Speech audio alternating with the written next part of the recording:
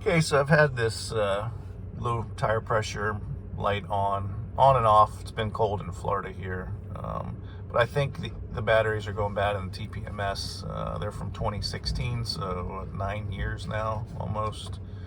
I think that's pretty good life. So I'm going to be showing you how to do the bypass under the glove box over here. Very easy to do, and you can turn this light off forever instead of having your monitors change, because they don't even tell you the exact temp. They just tell you one's lower than 25 psi or whatever the mark is. All right, stand by and we'll show you that.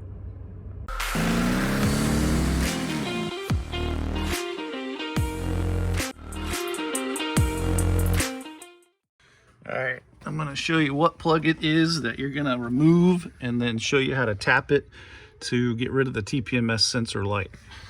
So this will permanently disengage it. So the first thing is to find where it is. So you're going to go under the dash, and good luck getting the panel off. It's a pain in the ass. And now up here, right there is your TPMS module.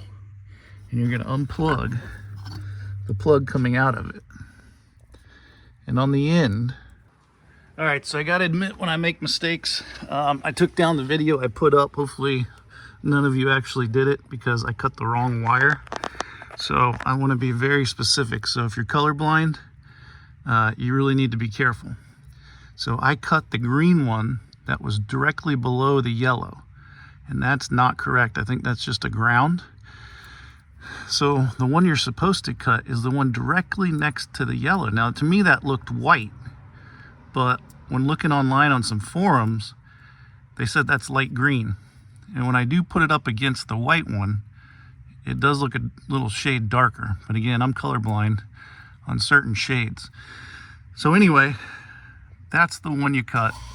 You tap into it, into the yellow to get the 5 volts, and now the light's off.